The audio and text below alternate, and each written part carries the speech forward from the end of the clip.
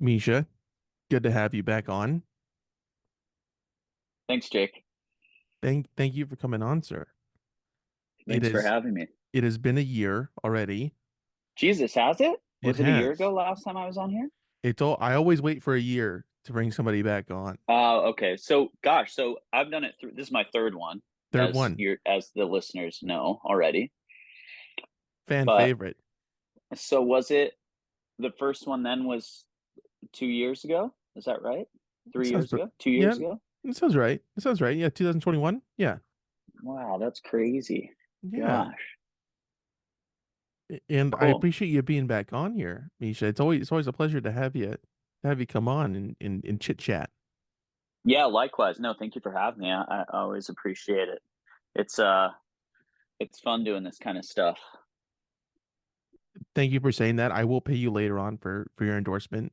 That Yeah, is we have to disclose that is sponsored. This is a sponsor yeah. statement right there. Yeah.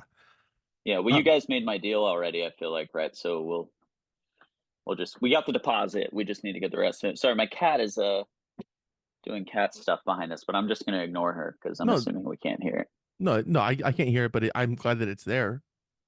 Yeah, It's I good. am them too. Yeah, Ambiance is important on this thing. it's true. Yeah. The last time that we crossed paths, it was at the Sad World anniversary shows. That was the last time I saw you. Yeah, which one? Which one did I see you at? Was it Long Beach? Costa Mesa. Costa Mesa. Okay, that's right. Yeah, yeah, yeah. Because Costa I mean, Mesa. I've seen you around at shows, whether it's for my band or other bands. I think I've run into you at in Costa Mesa, Long Beach, at Zebulon. Um, that may be it. Me and you, But we're travelers. We travel to all counties. yeah, all three. The LBC, the OC, the LAC. When you were a kid, because you were from the west, you're from Santa Yeah. Monica-ish area, Yeah, right? yeah. Exactly. Yeah. Yeah. West Side Venice, like Santa Monica, Venice area. Right. Did you ever travel to Orange County? Was that ever on your radar as a youth? Man, not crazy. I mean, obviously I was aware of Orange County, but like really this will sound so lame, but besides like Disneyland, I mean, like besides that kind of stuff, like my dad would go to NAM show. If you're familiar with NAM Hmm, show, hmm. you know, it's like for those out there who aren't, it's like a trade show kind of for like musicians. My dad, or well, the music industry kind of, but really like the recording and like gear aspect of it. So it's like gearhead shit. My dad's like my dad grew up playing guitar. He's like a gearhead, and he's like into like gear shit. So he would go to NAM show when I was a kid. Trying to think what else Orange County wise. I mean, as I got older, I was aware of there being like an Orange County like punk scene. And I had a friend in middle school who was originally from like Huntington Beach kind of area, but he moved to Santa Monica to live with his aunt and uncle, and came to my middle school. And then it probably wasn't until later that like once I started getting into music, like the music scene here in LA, that I kind of started venturing out into Orange County because there was like a music scene there that was sort of like simpatico with the LA scene. And there were shows at like the Observatory or like wherever. Yeah, yeah. And you're moving here, right? You're moving to Orange County soon? Well, we're moving in together. Yeah. And I'm so excited for it, dude. Yeah, I'm So stoked too. look You out, got to get rid of Brea. that ceiling fan though. You gotta swap the fucking ceiling fan, dude. I know, dude. Yeah, I gotta get somebody over here to paint it. The wall really hasn't changed that much I mean, especially over these past 3 years. I do have the tape rack up there, but besides that, It's a good cassette rack. I like it. Do you listen? Be honest. Do you listen to those cassettes? yeah, I sure do. But I got another one behind, like, there's two. Oh yeah, So it's there, too yeah, late. What do you listen to your cassettes on? You got a little like Walkman or like how do you? What's your preferred method of listening to cassettes? the car is always good. I do have a cassette player in the car still, That's which sick. is That's very awesome. nice. But then I Yeah, also recently bought a refurbished Sony tape deck thing. It's really for like tape duplication, but I just play it on there. yeah, So that's awesome. yeah, I built up a new kind of as my brother calls it, the stack. with some stuff. I got like a VHS player below, and then I got the tape player on top, and then the record player on top of that. So I'm, That's just sick. I love cassettes. I really love cassettes. I want to do another cassette. I want to make another cassette for the band for the project. I would like you Um, to do that. But I want to let you know, Misha, that the water cassette is on that is in that that their cassette holder. that their I rack there. on that their rack there. That's good. I like Yeah. that. Yeah, I appreciate it. I'm always stoked when people do have cassettes. It boomed at a point when I was a kid, and there's a lot of tapes being distributed. I said this is great, and then it kind of lulled out a little bit, but hopefully there's another boom again. Yeah, 2015, 2016, there was kind of like a really nice cassette resurgence that I was super into because I just, for me, I'm probably a little bit older than you are, and like in my youth, I mean, I remember like my mom had an old school Jeep Grand Cherokee, like a really boxy 90s one, and we had all kinds of tapes in there, and I just have like really nostalgic memories of driving around LA as a kid, kind of with my mom, and like listening to various cassettes. And we had like probably the most memorable one was Bowie Hunky Dory, Oh which is yeah, like to good this day one. one of my favorite records, just because I remember listening to that cassette in the car with my mom. Although those memories are fading, they're getting further and further back there in the hard drive, you know. It's all that weed smoking you've been doing, I think, is Oh what's yeah, doing it. could be the weed smoking, yeah, paint Uh, huffing, yeah, sure, sure. Ether huffing, yeah, all that good stuff. ether huffing. Um, yeah, Hunky Dory, that's a good album. Is it would you say that's your favorite David Bowie album? Would you say that that's Yeah, top tier? probably. Yeah, I mean, because of the nostalgia. I mean, you know how it is with music. Is like when stuff hits in a particular window, it just really it like catalyzes in this way where when you listen to it, it transports you back. And I'll probably never be able to outdo that sense of nostalgia with that particular record. Doesn't mean there aren't Bowie albums or songs that I love and like I love equally as much. But in terms of like front to back record, like it's like, when you're young and listening to music like that, especially if it's coming from an environment with your parents, it's like listening it's like a children's story or something like that. In particular with Bowie and Hunky Dory, like that record, I feel like those songs are so like kind of have such a strong, strange narrative, a lot of them. Like Oh You Pretty Things. Yeah. Yeah, I mean those songs, yeah, the lyrics are like so they really paint a picture, you know what I mean? Look Yeah, out your window, what do I see? A crack in the sky and a hand reaching down at me. just cruising around LA, listen to that. Yeah, it's a good one. It's a good one. It's a good one. But then also, there's like MC Hammer and like Sure, sure.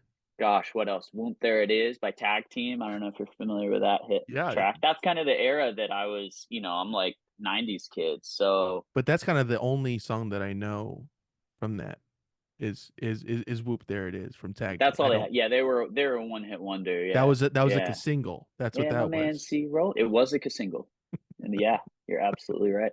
I think we maybe even have the CD as well on that Ooh, one. I'm trying to think of some other good cassettes that we had in the car. We probably because it did transition from cassettes to CDs, and so I was born in '90, so like moved to LA like permanently in '97. We were kind of back and forth before that, from and London, then right? Is that from London, where yeah, you guys were bouncing? exactly. I was born, yeah. I hear it in the accent, especially in for people at home. You can go back and listen to the recordings of especially the earlier Sad Girl stuff, and it's really like that accent is thick on there, which I love it. It's like, man, is this Sometimes guy I lean British? into it harder than others. Yeah, like it's like it's definitely like a character persona thing depending on the song. So sometimes I'd lean into it more than others for sure. That deep Liverpudlian. No, yeah, my mom's English. She's from Kent, and so my parents met in England. We were born there, and then we moved here. We lived. we lived off of Melrose, Stanley Avenue Mm. in the early 90s. So maybe like 94 or something like that. And then went back to England for a bit, had some like family drama kind of stuff, and then wound up moving back here to LA around 97 sort of permanently. So I was 7 years old. So that's like the memories of driving around in my mom's Jeep were probably from like 94 to like 90, no, 94 to 2001 maybe. And then my mom got like a Forerunner that had a CD player in it. And So then yeah, the then it changed. yeah, the times they are changing. I think that's Bowie as well. Um, that's also a good one from Bowie's discography. That's right. Yeah. So Blown in the wind. short, yeah. And that one's off of, well, what Transformer? I want to say that one's off of It's Transformer. Bowie's Yes, one Transformer. Bowie's Transformer. It's the one with the banana on the cover. Right, that one was a good one. I like that That's a one. good one. Yeah, I like that one too. Street hassle. Um, yeah. What's up, Jacob? How have you been? I I've want to been know about you. I've been good. I wanted to ask you just to flip the script a little bit, just because there was a little brief moment when I was logging onto the Zoom where I got a tiny bit nervous, and it was just like the act I think of like logging onto the Zoom, and I was just kind of thinking, like, I wonder if Jacob ever gets nervous. He's been doing it for a while now, and he's like interviewed a few. It's the third time for me on here. It's been a couple of years. Is there anyone that you have gotten nervous with in particular, or like when when you were first starting out, you feel like you gotten a little bit less nervous doing these things, or do you ever get nervous still? Yeah, I was a little bit anxious when I first started for sure. But the first one I did was, I don't know, I was 17, I think, and Oh it was shit, it that's was it crazy. was a big deal to get Scott Montoya on from the Growlers. That was a big deal. That was a big shebang, and I didn't know what I was doing. I didn't know he didn't know me from Adam, and it was just going out on a limb kind of do. So I was a little bit nervous doing that one for sure. So those earlier days, but now I mean this is the 192nd one. Wow, that's crazy. So Congrats, that's it awesome. thank you, but it's only ramped up, and every time you're on, I get anxious. What is he gonna ask? What is he gonna say? What kind of off the wall? Because you live van styled off the wall constantly, so it's like I don't know, Yeah, it's true. yeah. So Dogtown, Z Boys, Blue sh- Vans, slip-ons, off the wall, baby. oh, I mean, you really meant it, yeah. Oh, I meant Uh, it. Yeah, I got three pairs of these bad boys of the on the slip-ons. rack of the slip-ons. Yeah, varying colors and styles, Hmm. but yeah. It So, how long ago was that you did your first one with Scott? That was 2017. So Oh, okay. So yeah, pre-pandemic, you kept it going through the pandeezy. that was when it really ramped up because I was only doing it, sparsely here and there, and then it really started getting going, kind of weekly thing. Yeah. Hmm. Do you have, and I'm not going to take this personally, this is not fishing at all, but do you have like a favorite guest that you've had on? You got a couple people that like, for listeners listening in, maybe this is their first time, or there's some that people should go back to, like some episodes that you're particularly into? For real, and I know you're not fishing. Both of yours, it was very fun, especially the first time you were on. I did, I never. I mean, I know some people sometimes like before they come on, like we've like crossed paths. Me and you didn't cross paths really. I mean, we might have like crossed Yeah, paths that's once true. when Yeah. I was like We way have younger. since like a few times, but yeah, it was Yeah, kind of total strangers at that right. point. Yeah. Strangers in the Night. Yeah. Um, those two are really good. I really recommend anybody who is listening to this for the first time to go back and listen to the first two because they're phenomenal. That's Uh, very a- sweet. Another one is Phil Shaheen from Tijuana Panthers. Oh, okay. His second one was really interesting. I really enjoyed doing that. Also Dan Michikoff's one, who's also in Tijuana Panthers. Any of the Tijuana Panthers ones are incredible. Chad Watchell has been on three three times now as well. And I just really enjoy them. They were like just so nice and very just like open dudes. Yeah. And yeah, those guys were really And I love their music, and they've just been really like just so warm and everything. I love seeing them, and if anybody, Misha, you included, if you get the opportunity to go see them, please go see them because they are really, really good. They make really good music, and they're really just Yeah, solid love guys. love TJP. Yeah, we played with them quite a bit back in the day, but it's been a minute since then. I always respected that they kind of just they always kept it rolling. They were always doing like seemed like they're putting out records sometimes like twice a year. And Yeah, sometimes it would be kind of post punky. There was always like this through line of this kind of oldies, jangly reverb guitar element, but sometimes they'd kind of switch it up. And I remember they're a little bit older than I am too. And I remember like kind of hearing that they were like substitute teachers or something like that, or like full time teachers, and kind of thinking, when I was in my early 20s, kind of just starting the project, like thinking like, dang, that's sick. These guys are like cool ass teachers, and they're like playing a sold out show at the Glass House for like Viva Pomona or something like that. And then like Monday they gotta go like teach these like knucklehead kids something. It's pretty cool. yeah. With these third ones, third or fourth time if people come in, I really know the people. I feel like I like kind of know you more than I mean, obviously did the first time around, so we're able to josh around in this kind of thing, which I really enjoy, you know. Yeah, well, definitely. I remember the first time I had no idea what the vibe was, and you have to try and gauge like what the rapport is. And you're a pretty funny guy. I think you like have you try to keep it light, but you never know, because sometimes you can sit down for like a podcast or an interview or like anything to be like very serious, and so you don't really know. Maybe like and what's funny is I don't really remember what I don't remember any specifics that we discussed necessarily on our previous episodes, except for one segment that I think must have been our second one where we talked about pants for a while. Do you remember that? It's funny that you mentioned that. I do have a new development with the pants Yeah, do you situation. have an update? Because I wanted to know. That's why I bring it up really, is because I wanted to know if there's an update on the pants scenario. There is, and I recently bought two pairs of jeans. This is like a week ago they came in. Yeah, They are not Levi's though. They are Wranglers. love a Wrangler. But there was something else that you were rocking. Oh, I'm still rocking Dockers. I haven't Dockers. changed That's my right. You're a mind on that. Dockers guy. I forgot. I'm a Dockers man, and you know, love me a pair of Dockers. I have many pairs, and I will continue to have many pairs. And but I'm just introducing jeans back into my wardrobe. I stopped Yeah. wearing jeans kind of like middle school era, and I wore Dickies for a bit, but then I really Go to like chinos or something. Well, yeah. kind of What'd you like switch into? the went to like the not the 804s, but like the slimmer types of 80 or not 804s, 874s, which is like the classic Dickies pant is what Yeah. it kind of evolved into. But before that it was like they had like a slimmer fit of that, and I was wearing those. Then I really got into the to the old Dockers. I was like, ooh, this is where I belong. This is my This is for niche. me. Yeah. It These are my was, people. or it is. Yeah. Yeah. I feel Just that. because they go well with I everything. can't not do the Levi's. I feel I do love Wranglers though. There's some what is it?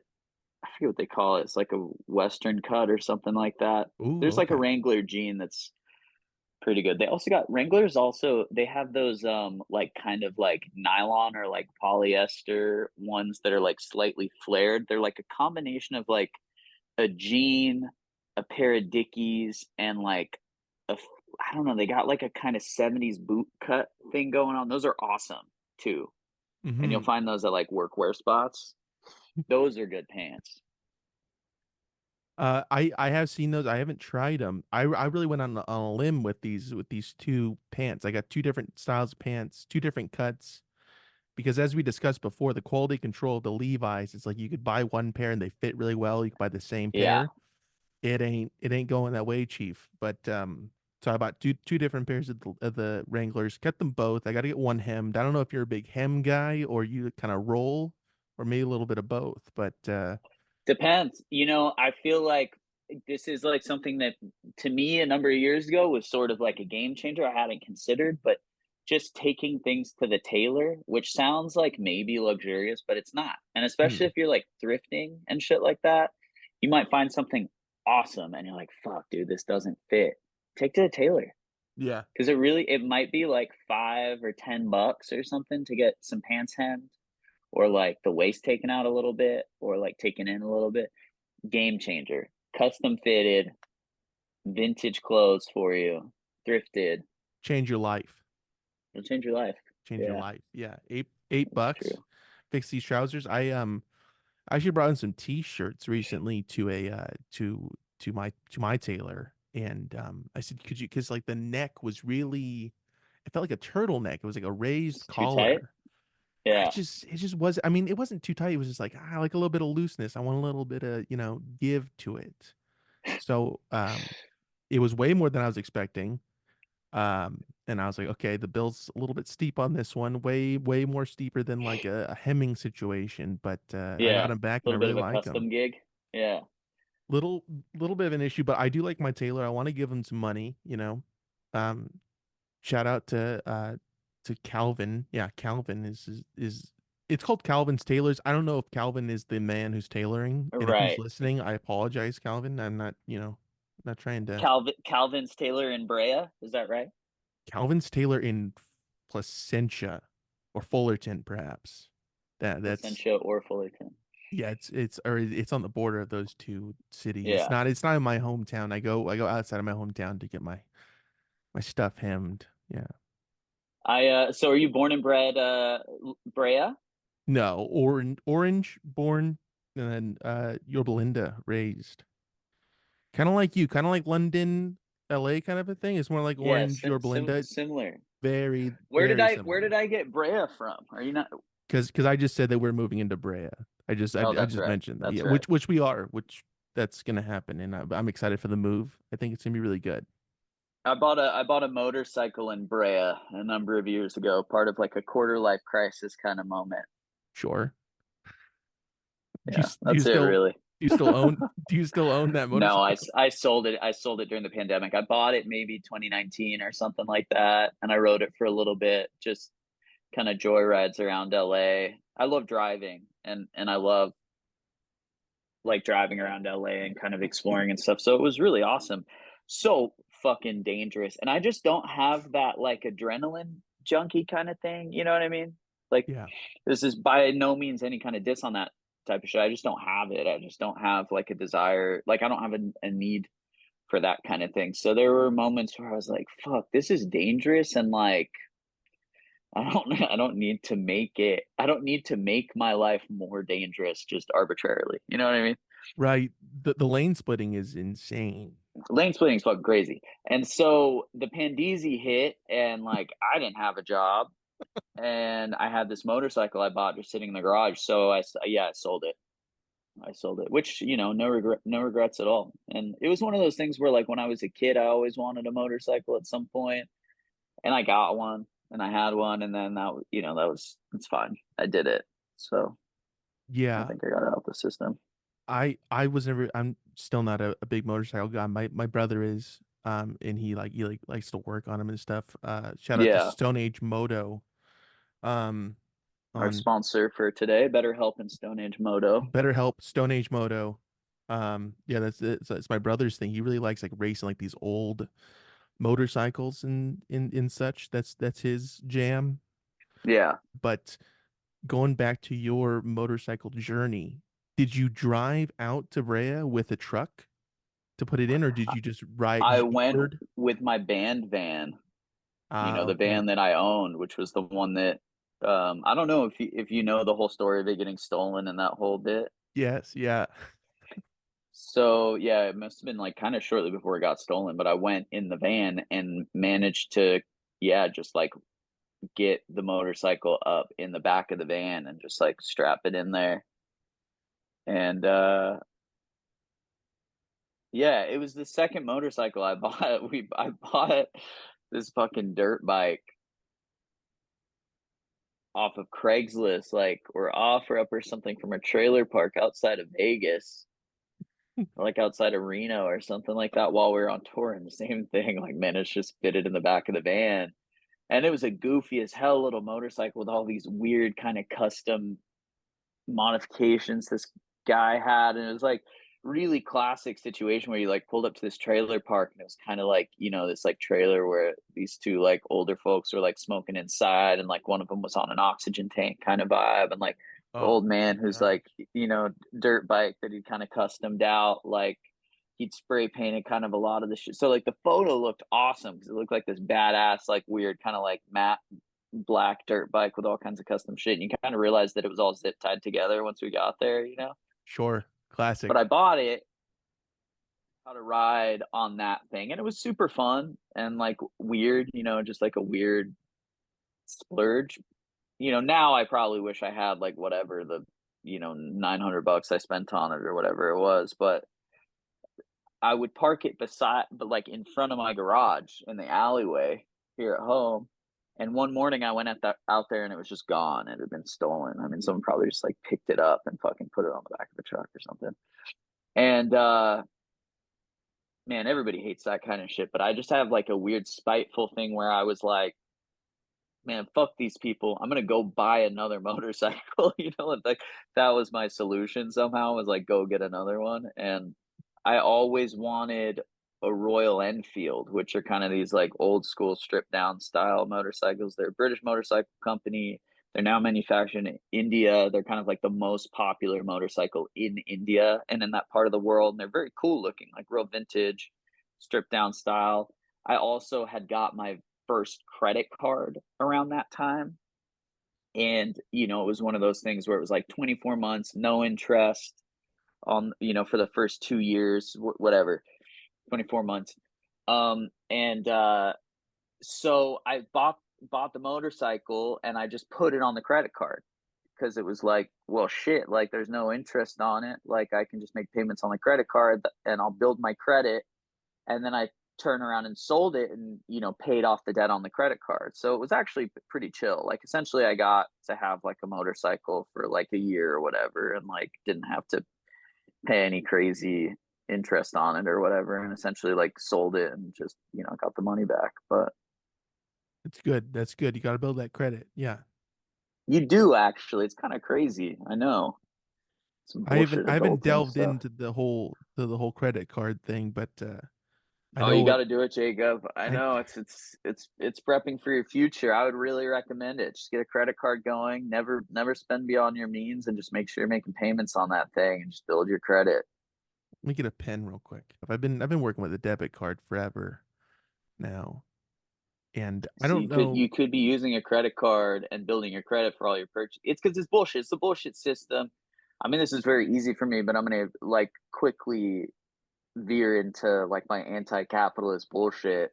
But yeah, the whole system is fucking rigged, and it's set up essentially that like you don't need money or capital in order to like move forward in life. What you have to have is credit or like a history that allows people to think that you are of value enough to lend you money. But the people who are really smart, what they're doing is taking advantage of like various credit or loans and then essentially using that money to generate more money. So you're using other people's money to like generate income for yourself. So apparently, like this is what billionaires do too to avoid tax. I don't know if you've ever heard this, but essentially what they do is they're generating like billions of dollars in wealth. And what they do is rather than spend that money, they'll take out huge loans and then pay off those loans. Because what that does is allow them to kind of avoid paying taxes on the income, because what they're doing is like like they owe money to this debtor. It's just like stupid bullshit loopholes. But anyway, get a fucking credit card. I was right. Like my dad was always like, "Don't get credit cards. Like it's gonna fuck you up." And I was like, "Yeah, dude, he's right. That's crazy." And so I don't think I got a credit card. Yeah, I must have been like 28, 29 or something like that until I got a Okay, credit cool. card. Okay, I got some time. Okay, cool. Yeah. All right. And don't be afraid of debt. That's the thing. Like manage it, but like debt is actually like that's what, like you have to fucking kind of have debt.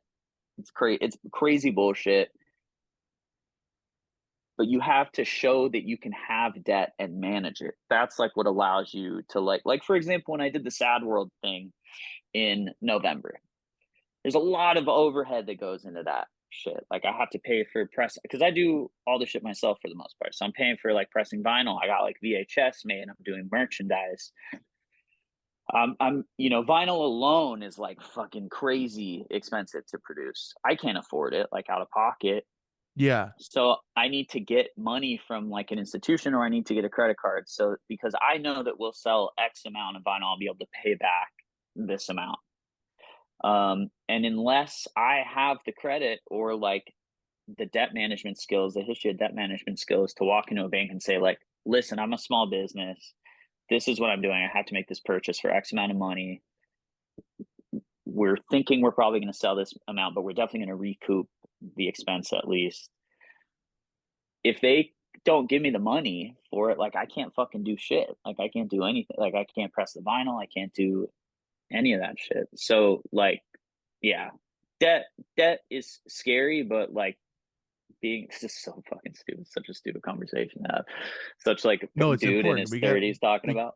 hey, this is you are my financial advisor now, Misha, and I appreciate you. We gotta give these secrets because you are a friend of Tony For real. Robbins. I know that you guys like work in the same circuit of giving like That's right. advice and stuff. Yeah. Yeah. Headphone mic headset microphone. Yes. Yeah. Why Yeah. haven't you done that live, by the way? Why I mean that can be done, and why hasn't it been? I'm working on it. Don't worry. Cool. Just drive through Yeah, mic. imagine a fucking self-help book that I put out like a financial self-help book. Oh, Jesus Christ. Yeah, I'm That'd be shifting good. out of music. Music is no longer profitable for us indie musicians, so I'm moving into the spoken word arena, starting with this like financial advice fucking book. That's what Henry Rollins did. I mean, come on. This is It's proven. true. Um, Yeah. Now real quick, going back to the motorcycle thing that we were chatting about before, that reminded me of the chlorine video that you were also driving around on a motorcycle. A motorcycle and a trailer park was they were both featured in that They were both featured in that. video. Yeah. Yeah. Yeah, it was probably right around the same time actually that I got that first dirt bike motorcycle. Although I will say there are quite a few shots in that video which you may or may not notice, but the my character is wearing a full face helmet, Hmm. and that's because our buddy Derek was actually the one riding around the motorcycle because although I can ride a motorcycle, I didn't feel comfortable being responsible for having Parker on the back. Is it Parker?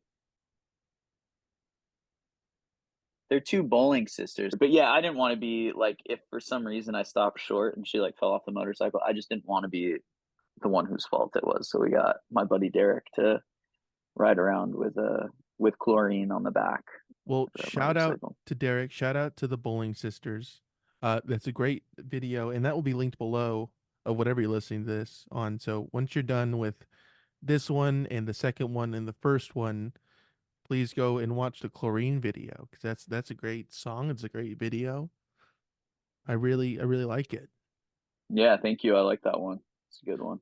And Misha, I want to say this about the kind of going back to that whole the anniversary shows. I like that you were using kind of local bands and acts to open up that thing. I thought that was really cool. And a buddy of mine's friend, her name is Chloe Gallardo, I believe is how you say her last name. She opened up that show at in Costa Mesa, Yeah. and yeah, so I thought that was really bitchin' that you guys kind of used local talent, and shout out to Chloe as well. Yeah. Yeah. Well, thank you. Yeah. I mean, it was a big endeavor, but the idea kind of was to sort of challenge the conventional notion of touring. I mean, I'm sure you've seen, but like touring has gotten more and more challenging, kind of logistically and financially for sort of mid-level bands. It's kind of the same as like again, like my apologies to everyone, like my fucking anti-capitalist shit is gonna like fly through all of this stuff, but uh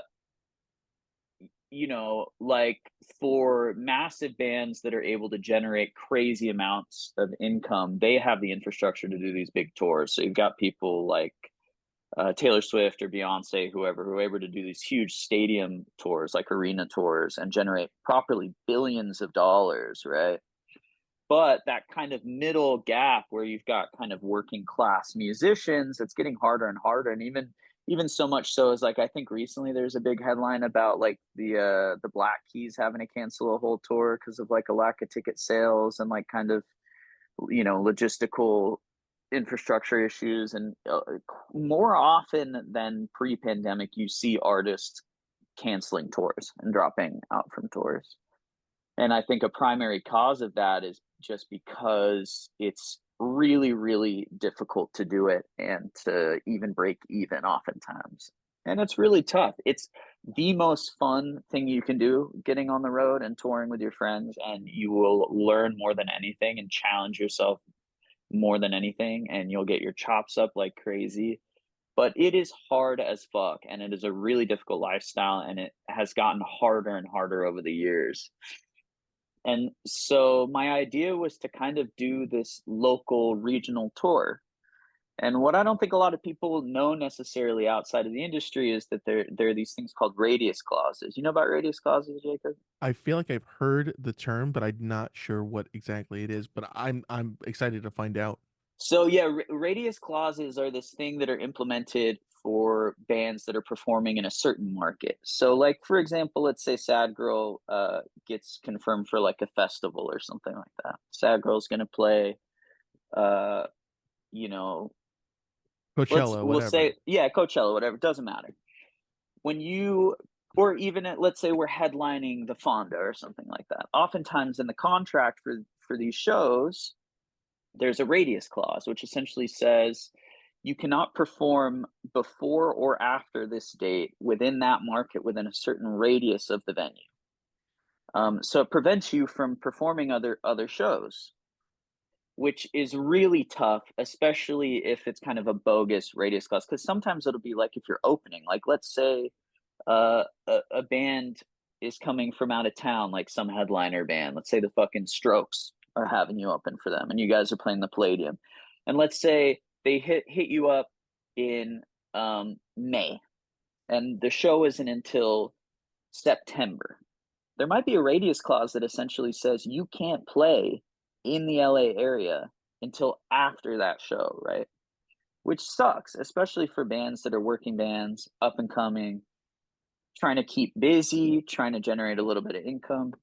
So doing these Sad World dates was my attempt to kind of uh, break out challenge this radius clause component because we're essentially doing 10 shows within one market, which is not, you don't usually do Hmm. unless there's kind of trust from the promoters and the venues and the artists and the booking agents and things like that.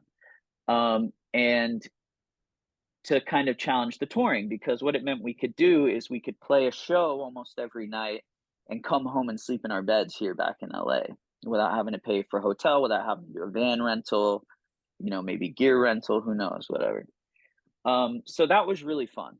And it was a lot of fucking work, but it was really rewarding for me because it was satisfying for me to challenge these things, to say like, you know what?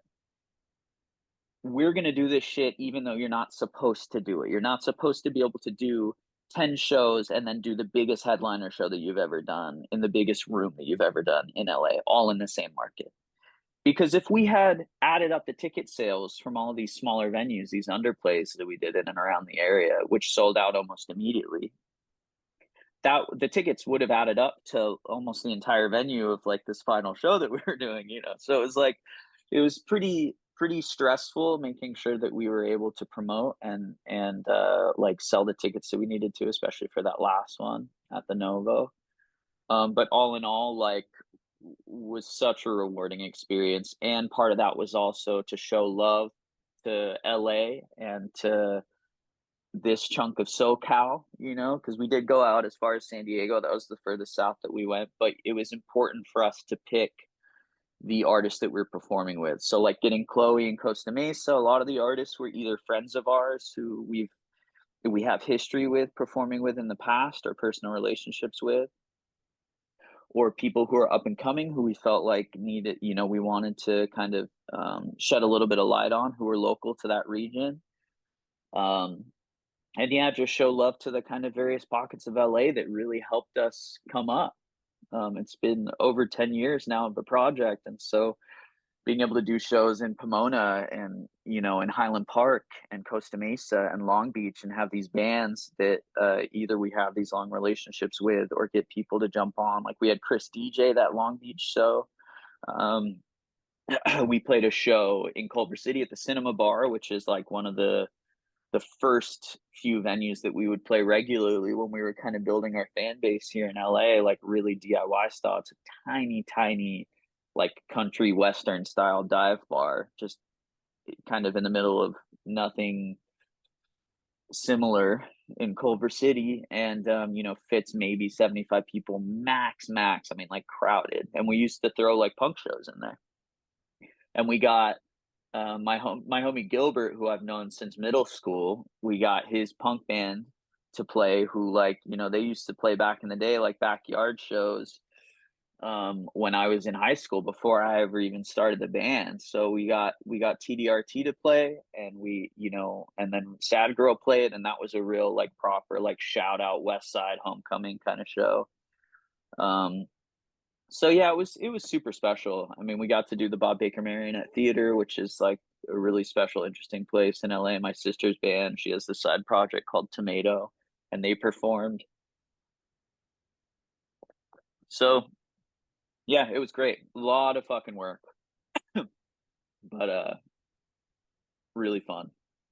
Yeah, it was really cool to see that and keeping up with all the stories and such of the shows I didn't go to. Like, oh wow, like this is really Yeah, it was really a celebratory time. It seemed like, and for good yeah, reason. I mean, a decade of music. I mean, that's nothing to brush off like that. It's a serious thing. yeah, yeah. It's pretty crazy. Yeah. So, Misha, going back to this whole issue with payment and just not being able, or the issue of getting money to bands, what is the best way to support these middling acts, if you will? I think buying merch is huge because that is a real way. Like most of the time, the merch is going direct to the artist. Uh, I think in supporting like mid-level acts, yeah, buying merch is super fucking important. Depending on how they have decided to release music, they may have worked with a label, and so that means that they may not be getting all of the money from the record sales necessarily.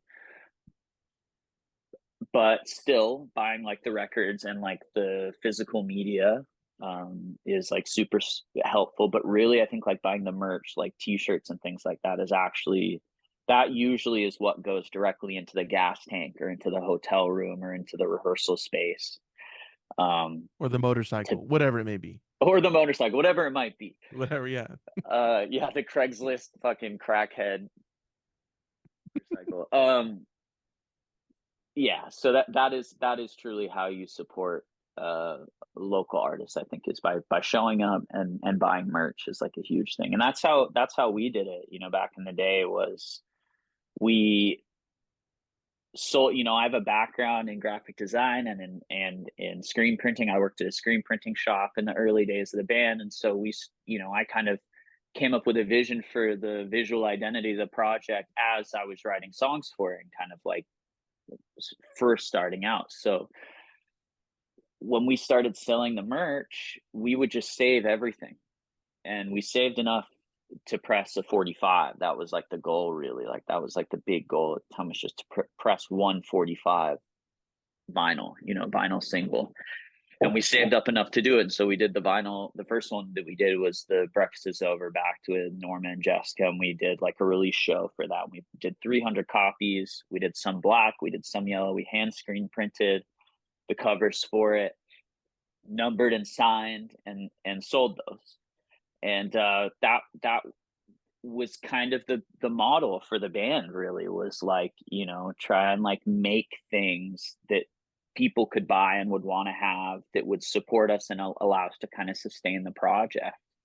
And it went from sort of having, paying for like an hourly rehearsal space on occasion to practicing, to finding a tiny, tiny like drum rehearsal room that was underneath the staircase in like a lockout space. And it was like, you know, a fraction of the cost of like a normal size lockout, but because it was truly like a storage room, it's like where you would have put like, fucking a vacuum and like cleaning supplies and stuff. And we would stagger, like you couldn't rehearse in it normal. Like we had the drums on one side, and then someone would stand here and someone would stand here, and like, and then kept going. And anytime we did shows, we would just put the money aside if we got paid, and put the money aside from any merch that we sold. And then eventually we were able to move into a slightly bigger rehearsal space, and then we would take a little bit of money and dump it into recording, and then we would like press a cassette and then sell the cassettes. And that's kind of how we always did it, just tried to keep it moving. And then it wasn't until I guess 2019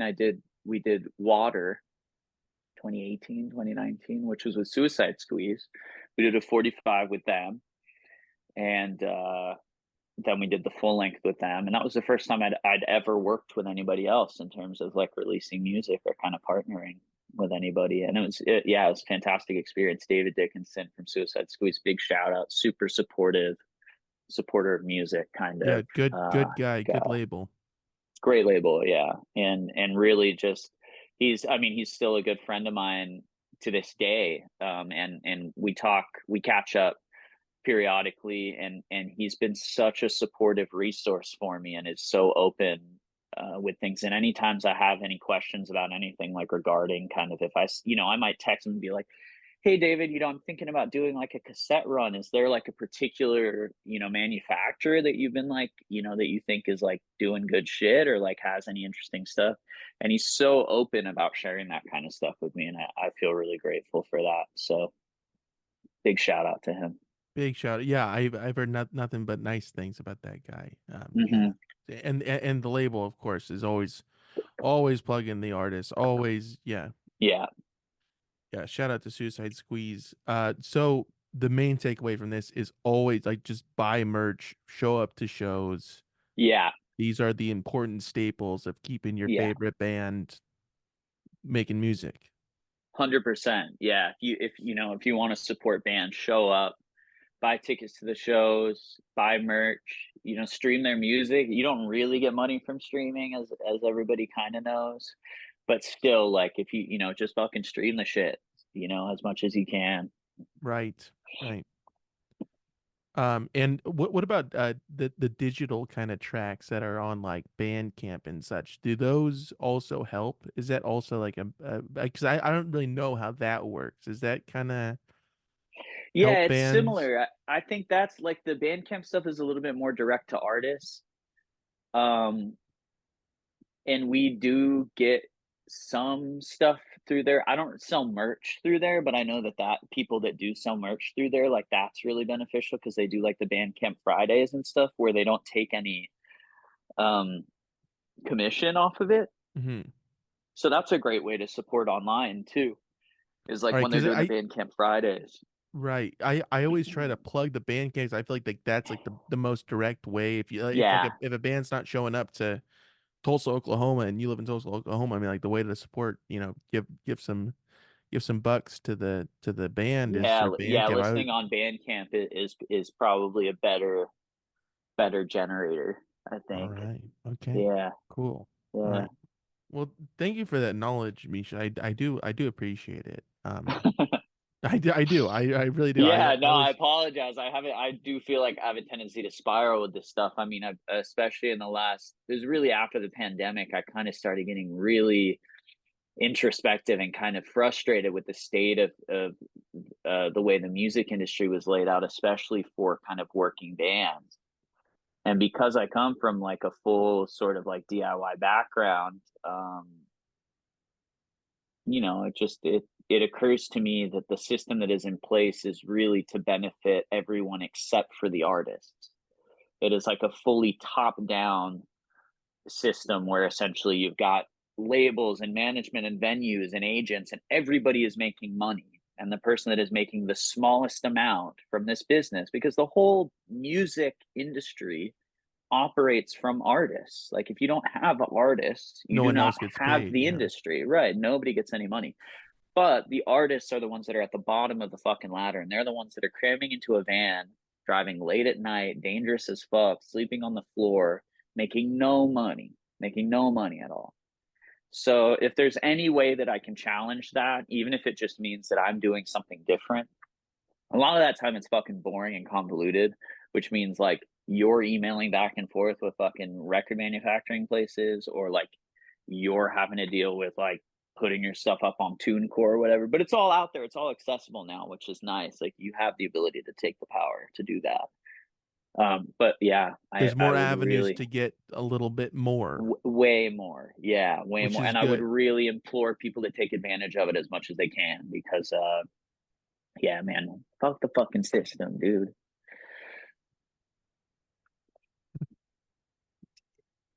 That's gonna be the thumbnail. Yeah. Thank you. Well, yeah, I do appreciate you saying that, Misha, and I think everybody agrees that it's important to support the artist. So it's good to know these the correct avenues, or the correct ways of doing it. So I do appreciate that. But I did want to get into this with you on a more lighter note regarding the truck, because we were dealing with that last time you were on here, Were we and talking about the truck we last were time? talking about the truck last time, and I just wanted to get the update on that. Is the lease still going on the truck? What's going on with that? Is that what we talked about last We time? Did got we we? got into that, yeah. That's so good. Yeah, the lease is almost up. November, the lease on my truck will be up. So what are we looking at? I don't know. I don't know what the fuck I'm gonna do. I'm way over on the mileage because I this is my first time ever leasing anything, And I which I'm believe that sure we that touched on. yeah, that was an issue with the mileage situation. I think Yeah. that we delved into that. So what are we thinking on this, man? You know? It's so fucking classic. I would talk about the fucking lease on my truck. That's funny. Yeah, I don't know, dude. We'll see what's up. I got to do some research on it, I guess, because I don't know what happens at lease end. You can either trade it in, you can sell it, you can buy out the rest of the lease. Hmm. I don't know. Apparently they make my same truck now as a hybrid. So maybe I would consider that. It'd be great to get a hybrid version of it. But I absolutely love this truck. I mean, I've never had a new car before in my life. I had a 98 Ford Econoline van for almost 10 years before this, and then before that was a 97 Ford Explorer, and then before that, my first car was a 1964 Mercury Montclair, which I had for a few years before selling to a friend's mom for $500. Okay. So yeah, once I got the truck, I was sort of like, whoa, holy shit, this is sick. Like Bluetooth, fucking shit in there. The AC worked, like all the doors worked. Like it It's was nice. crazy. You could Yeah. lock it remotely. All right. All right. I know, We get it, I man. You know. make money. It's crazy, fucking crazy. The key fob works. The Wow. key fob fucking works. Yeah, there's a key fob. Yeah, but yeah, no, I love that thing. It's great. It's great. I I so, don't know, like I don't really know how cars work. Like I don't know if they're really made to last that long anymore. So I don't know if it's in my best interest to get rid of it or to hang on to it for a few more years. But I'll definitely have to get another truck because I use it for like work stuff all the time. So so jury's still out on what's gonna happen with it. yeah, next time we meet, that'll be the lease will Resolved. have gone up. Well, yeah, we'll figure it out. Well, I'm looking forward to that. Now, real quick, your sister, who we briefly touched on earlier, Staz, she's in the Paranoids, and if anybody hasn't gone and checked out that music, please go and check that out. Great, great, great band as well. What is the age difference between you guys? Are you older? Is she older? Or I'm a year and a half older, mhm. which she hates that fucking question. We get it more and more these days. It used to be obvious that I was the the older one, and I think she thinks that it has to do with like a visual thing. And I had to tell her recently because we'll be together and people will go, "Which one of you is older?" And she goes, "I fucking hate that question." And I said to her, "It's not." anything to do with like the way you look or anything. It's because I'm a fucking idiot.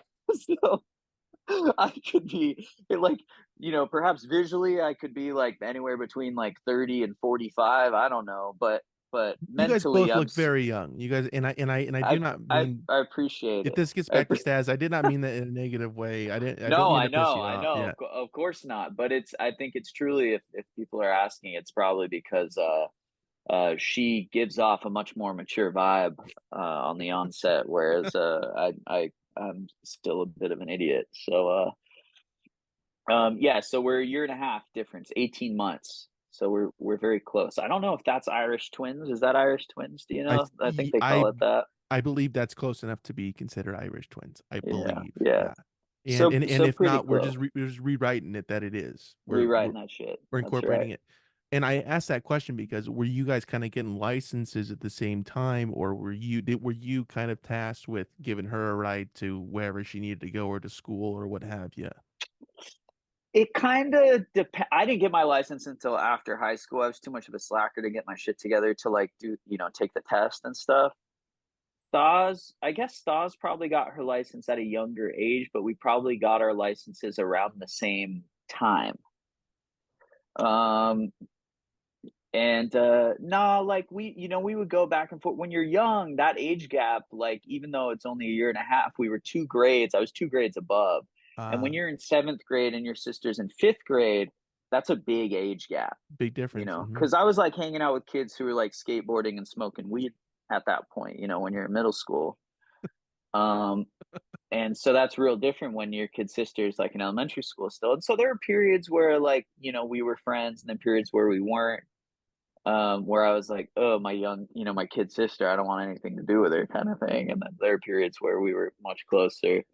And then yeah, as time goes on, the age gap just closes. So I mean, for a long time, it's we've had very similar friend groups.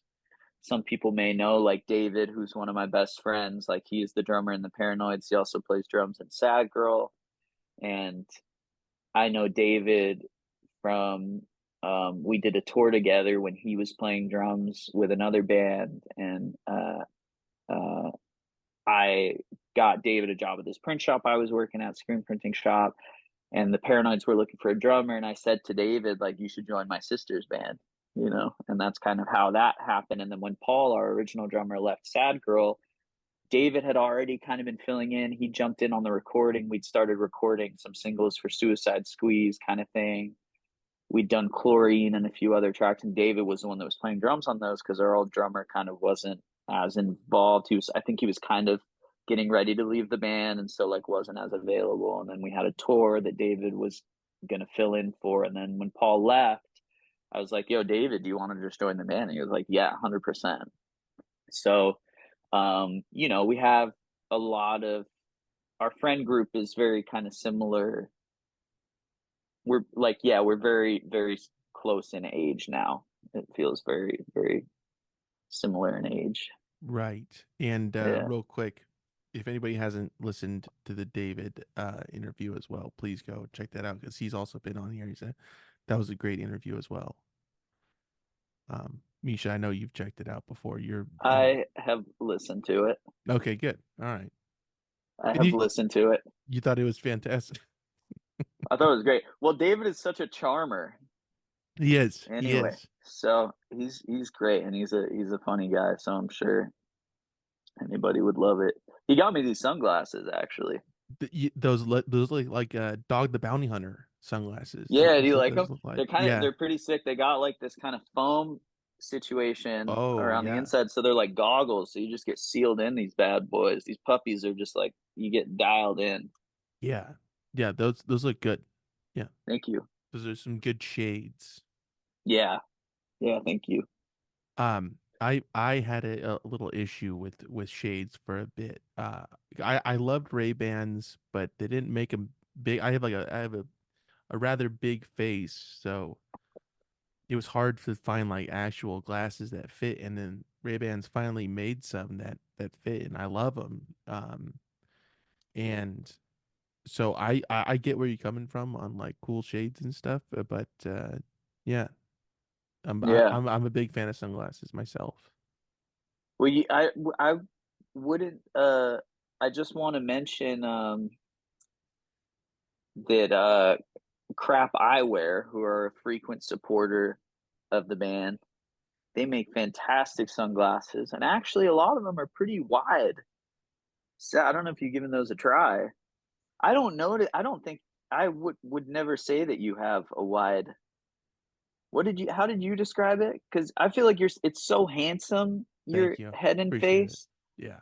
that that's the first thing that I would notice. You're making me blush. Yeah, no, I do have a white face, and yes, shout out to Crap. That it seems like they're always supporting musicians and athletes and this kind of thing. And I did see that there were the Crap Eyewear SadGirl collaborations, There were which indeed. is really bitchin'. That's awesome. Yeah, those were great. Those were really cool. I kind of wish we'd done some more of those. We did a pretty small run on those bad boys, but those are really nice. A nice, concise one, limited a dish. Super limited edition. Yeah. So the Sunnies that you found, they're Ray-Bans, you said? They are Ray-Bans, yeah, They're yeah. like a Wayfair style or like what?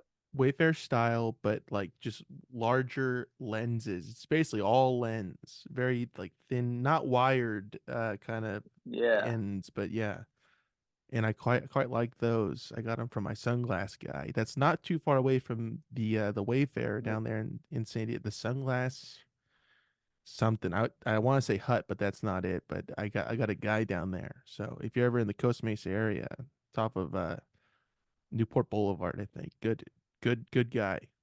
Good guy down Man, there. I feel like you really got the connects in the OC because you got your Taylor Calvin. down there, Mm-hmm. Calvin the Taylor.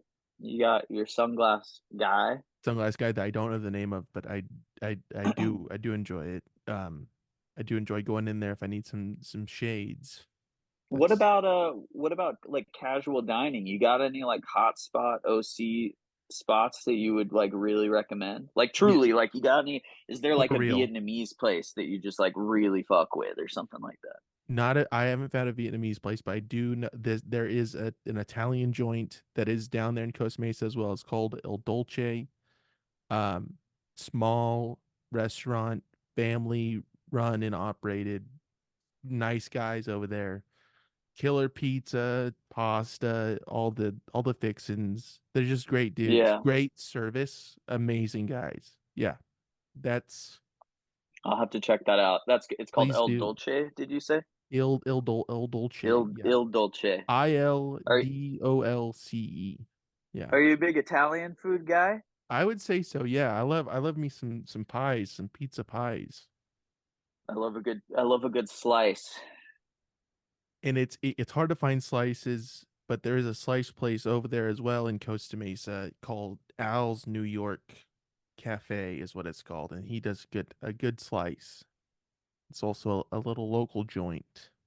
That sounds good. You could do a triple bang bang. You could do like a whole day in OC. You could get your pants hemmed. You could get your sunglasses. You get a good slice of pepperoni. What would you say the signature slice at Al's is? Is the pepperoni pretty good there? Pepperoni's pretty good, cheese is pretty good. I try to keep it real in and out there. It's like give me that bang bang and then, out of there as quick as possible. Not that I'm not Yeah. trying to hang out at Al's, but it's just like, I want to keep it moving. No, I know what you mean. Yeah, yeah.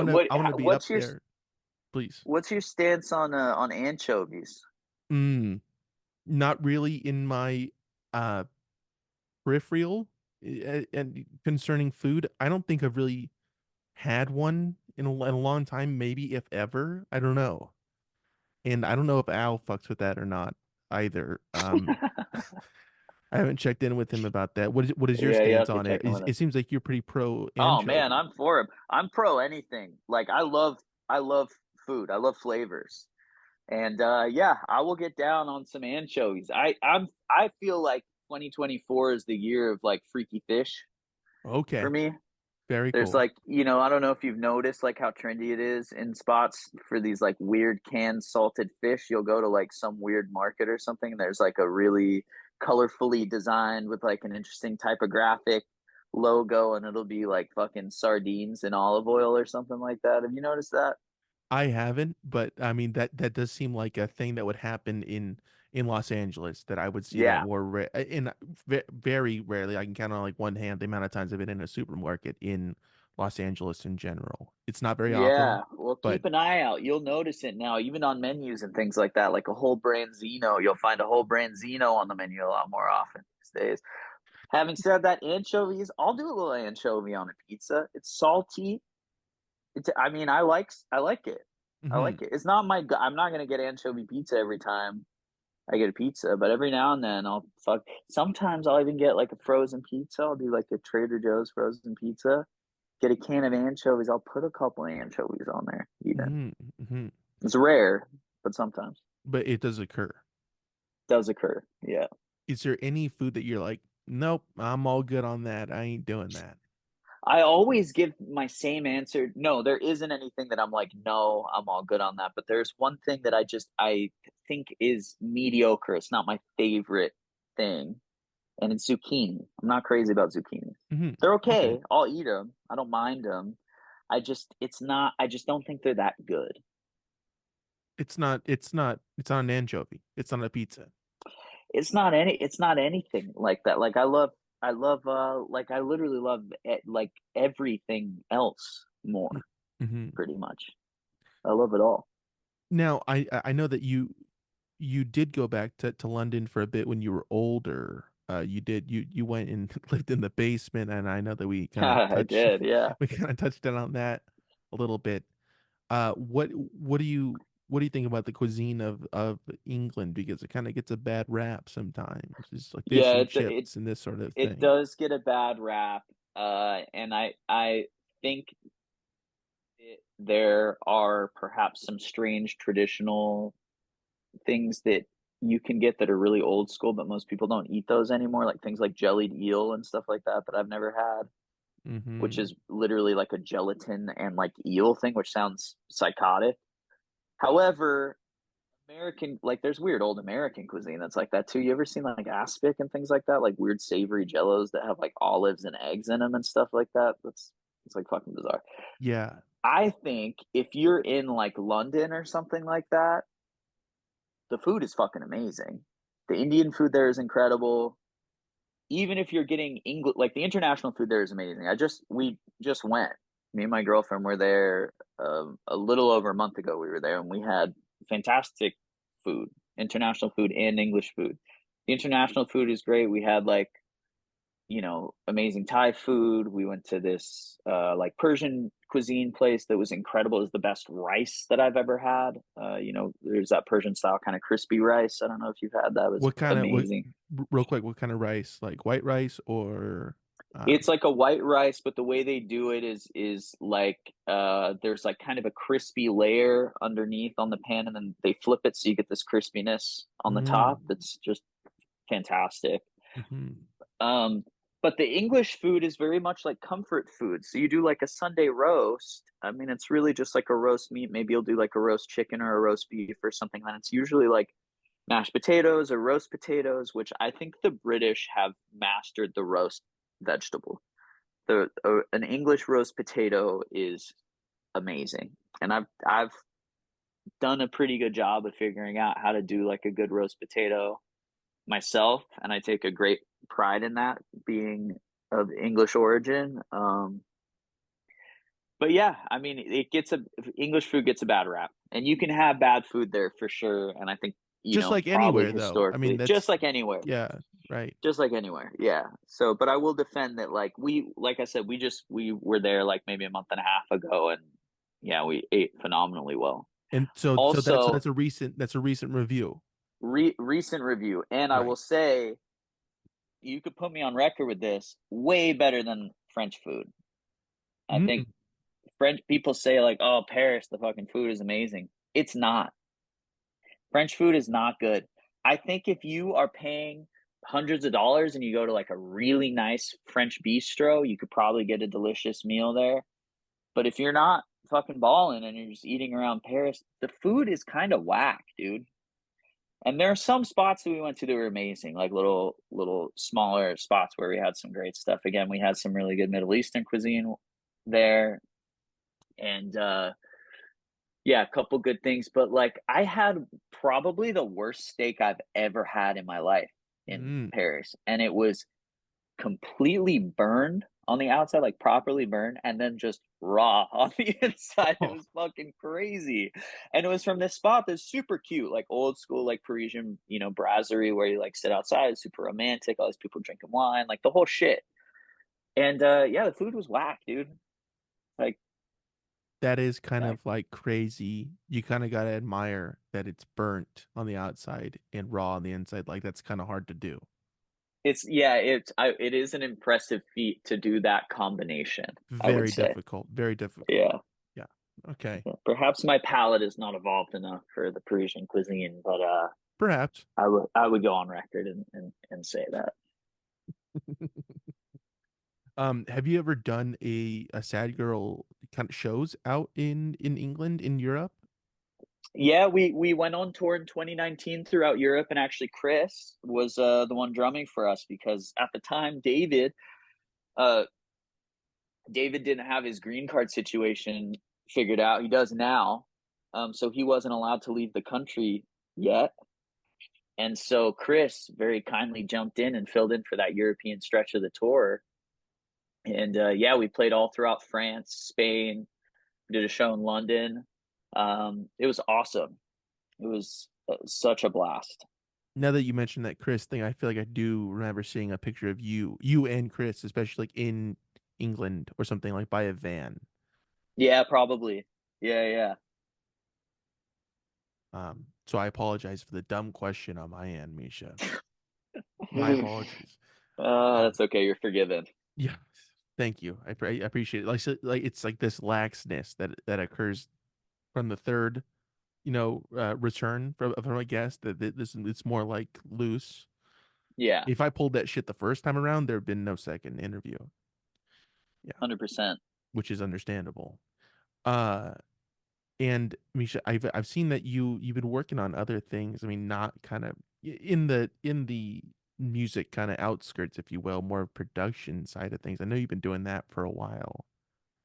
Uh, Yes, like around the kind of pandemic era phase, obviously live music kind of took a screeching halt, and so I kind of really needed to find another creative outlet that kind of satisfied me, and there was still some production stuff happening, music video production, things like that. And I have quite a lot of friends who are very, very talented filmmakers. I'm really lucky to have a lot of really inspiring and talented people around me, kind of um, across practices, whether they're musicians or artists or photographers or filmmakers or what have you. Um, and I kind of just started hanging out on set really just to lend a hand, most of the time for free and kind of just PAing. I mean, I have experience going pretty far back doing, like gigs on set in like the art department or things like that. But it wasn't until kind of around the pandemic that I actually started like getting really into it and super enjoying it as a kind of creative outlet for me. Um, and so yeah, I've worked on uh quite a few music videos that have been really rewarding experiences, and some of them more challenging than others. But I most recently worked on like a Peso Pluma video. I did a video for BB Rexa, who these are like kind of contemporary pop artists, but I've also done like a lot of stuff with like awesome like kind of indie musicians. I've done a Paranoids video. I've done several Starcrawler videos. I did an Automatic video. Um, the thing for Nick yeah, Waterhouse too on his most recent album, the kind of I don't know what you would call that, like the kind of the formatting of like the at least the shots. I know that you were involved with that or in some sort of Yeah. So I did creative direction for that whole like album cycle, essentially all the kind of marketing and promo stuff. So all the photo shoots I kind of arranged and did the creative direction for all of the video visualizers. Kind of directed my first music video for that component. I also designed and built the entire set for that. I designed the logo and a lot of the merchandise. I did a lot of cool promo stuff. I designed these cool advertisements that were on plastic chloroplast signs that were in the style of like a kind of a telephone psychic, and then set up a hotline that you could call with a phone number, and it allowed you to listen to like some of Nick's singles from the record sort of ahead of time. And so I was like uploading content to this website that was the portal for this phone number, like for this phone line that you could call. And then I went around in my truck with a fucking stack of these posters, these like plastic signs, and hammering them up on telephone poles with a ladder, so that people could call in. And that Um, was in the truck, by the way, right? That's like the truck that you have now. the That truck, yeah, just yeah, my wanted to. truck. So yeah, a lot of that stuff is kind of the stuff that I learned and have enjoyed doing with SadGirl with my project, and kind of I do similar stuff like when we did the Sad World thing. There were a lot of like promotional components of that I was kind of doing. I tend to do all the marketing and design work and things like that. And so after the pandemic, essentially what I did is I just started shifting to doing that with other kind of working and collaborating with other artists and doing a little bit more of the stuff that I've always done for my project, but sort of lending a hand with other artists and kind of working to sort of, do interesting creative projects like that, whether it be for their music videos or merch designs or kind of marketing things like that. When you're working in that capacity, that it seems like there is a just there's a separation between obviously working on this side of things and making music on your own. Are you even in that mindset of like thinking about ideas for music, your own music, or are you just so far detached from your own music, being submerged in these other artists' kind of brands or rollouts or whatever it may be? I think I just try to take inspiration from the work at hand, from what they're doing, and sort of my wheelhouse, what my experience is, and what I know how to do, and how I can use my skills to best execute what I I think would be the most effective vision for what they're trying to accomplish. That's a good answer. Um, yeah, well, yeah. I mean, at this point, I have like a weird broad skill set that I've acquired from all the shit that I've done. And so I kind of just try to lean in on what I know, and also not be too afraid to challenge myself in the areas that I don't have experience, and sort of learn, you know. Heck yeah, Misha. That's that's fantastic, dude. I like that answer. That was a good answer. Thank you, Jacob. Kind of really shifting gears here for a moment because I really wanted to ask you about this. On the deluxe edition of the Sad Girl vinyl, and I don't know if there's a name for it or if it's just called the deluxe edition vinyl. Let's just start there. Is that the Is name that of the it? question? Is that the No, question? I Yeah. oh, sorry. Yes. Okay. So Kind of this a is just, two-parter. this is just me, like, this is an inside joke with myself. I just thought it was funny putting out two compilations and one being called limited edition. I thought was hilarious. So it's like Sad Girl limited edition. It's like, what is limited edition? Like limited edition, what? So actually calling it limited edition, I thought was funny and amazing. And then I was like, well, what would you do the second one? It's like, oh, the deluxe edition. It's like, deluxe edition of what?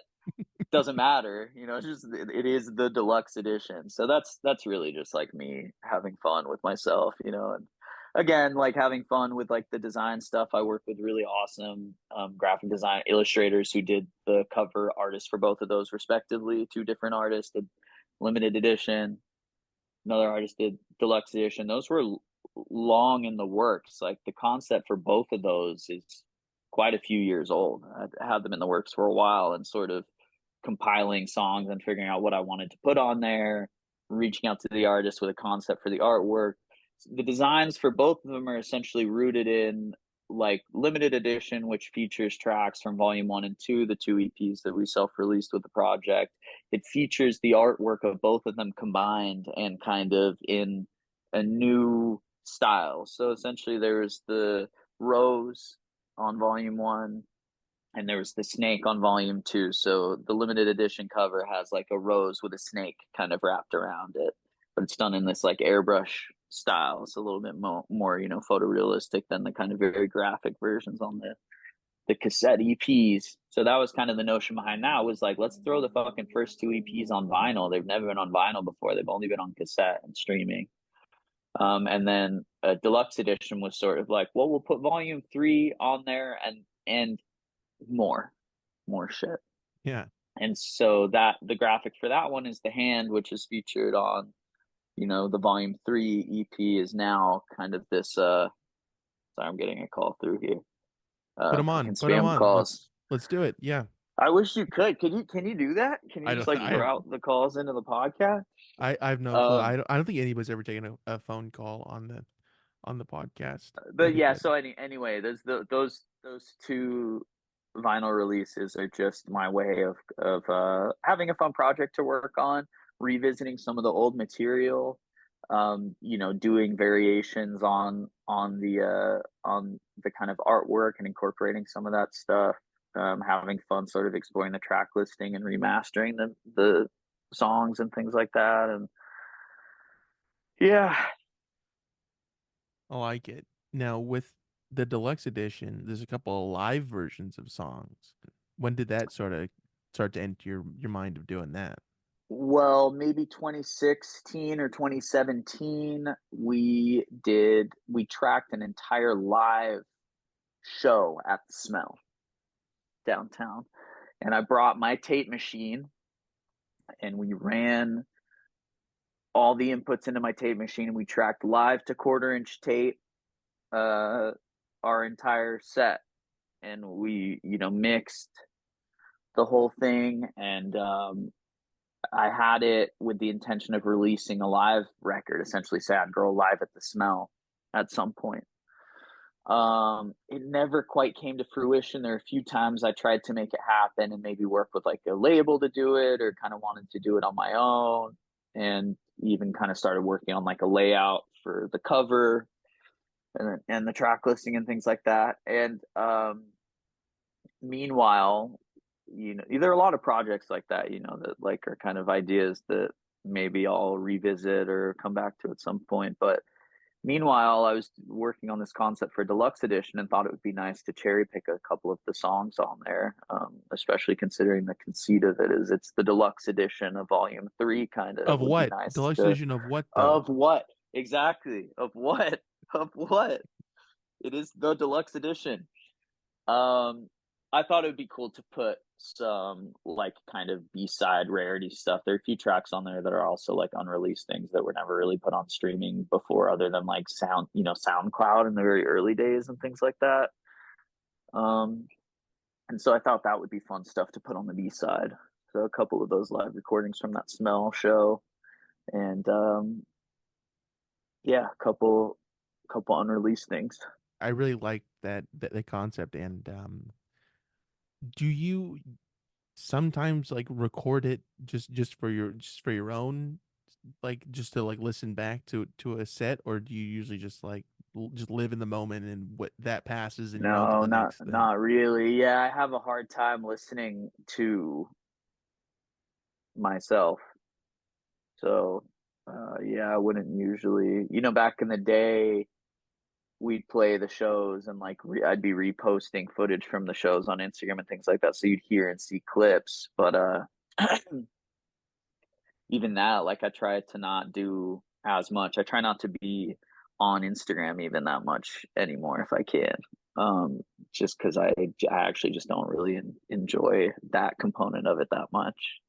When I was younger, I liked it a lot more. It was also really fun and exciting, and like the landscape of kind of social media and Instagram was sort of interesting. It was primarily like interesting creatives and artists and musicians and bands and things. And it was a platform to kind of share what you were working on. It was long before kind of everybody and their grandmother literally had an Instagram account. And so it was sort of a fascinating place where you were inspired by what other people were doing and kind of connecting with interesting people. And it gave you an opportunity to have a platform to, display your wares.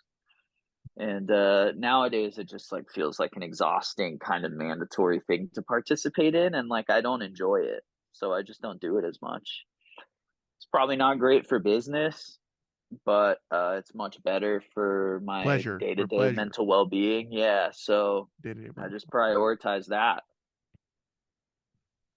What made those songs that wound up on the deluxe edition stand out to you to want to put those on the record? Well, I guess I just kind of wanted to feature a few things that I knew were like popular songs and like I enjoy and I like those versions of them, the live versions. And like for example, it's volume 3.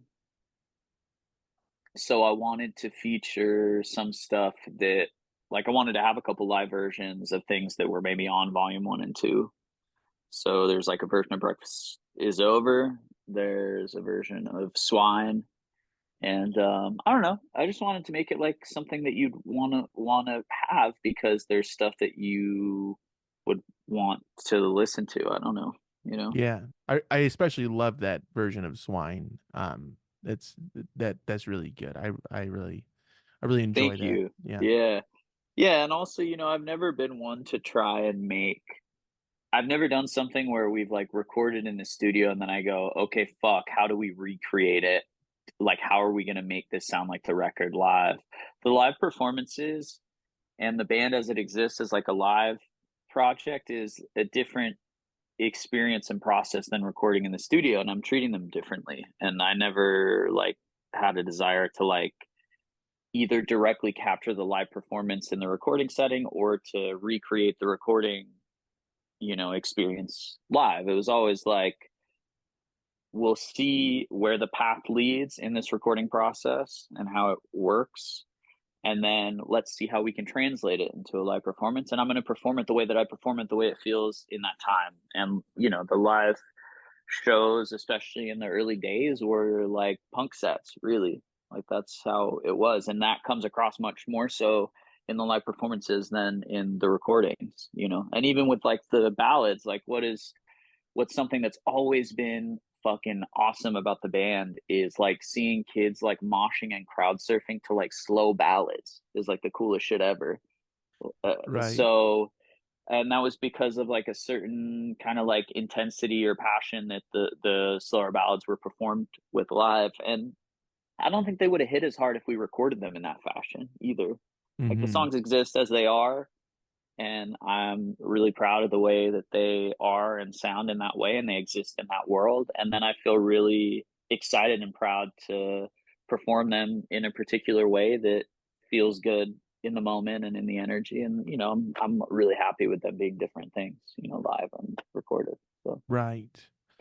Do you remember the the first song that wound up being a Sad Girl song? the first what that's a good question. I wonder what the very first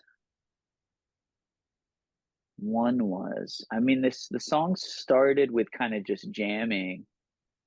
Um, the first few were like Breakfast is Over, Total Bummer, no, Norma and Jessica, No Beach. Those four were like the first couple for sure. I don't remember really what like the first one was. We were probably like working on a few at the same time though. Do you think that you would write songs like those now if you started making music now, or do you think that that just exists No. in a time and a space, and that was a time and a space that it was recorded Yeah, or created? I was in my 20s and had like a particular vision for a band that I wanted to start and a style of music that I wanted to perform. And I haven't been writing music as much, and part of that is because I'm not certain what kind of music I want to make right now that feels authentic to me. Mhm. Um, and also in general, like I'm much slower with songwriting than a lot of people. Like a lot of people are really good at just like cranking stuff out, but in general, I think I tend to prefer to have like a much broader vision for stuff. And like, I like to have like a kind of visual idea and a narrative with the songs that I make just as much as the songs themselves. So, and that's why I think like for example, the music videos have always tended to be so strong and kind of like narrative driven. And like I think right now, like thinking about this, like my favorite song that I've ever written is Goodbye Queenie. I think that is the best song that I have written, asking me now. Mhm. And it felt uh like it incorporated a whole lot of stuff that I'd learned in making music my whole life and kind of felt like a really good kind of closing song to learning all that stuff kind of. And so now I kind of feel like there's like post Goodbye Queenie. I have to feel like what I have to figure out what the music is going to be like kind of after that in a way. And thematically it makes sense too. Right. So Right. That's kind of a closing of a chapter, if you will. 100%. Yeah, absolutely. Absolutely. And I love that song. I love playing it live. It's a really, genuine song. I went through a really big breakup over the pandemic that was like super tough and confusing. And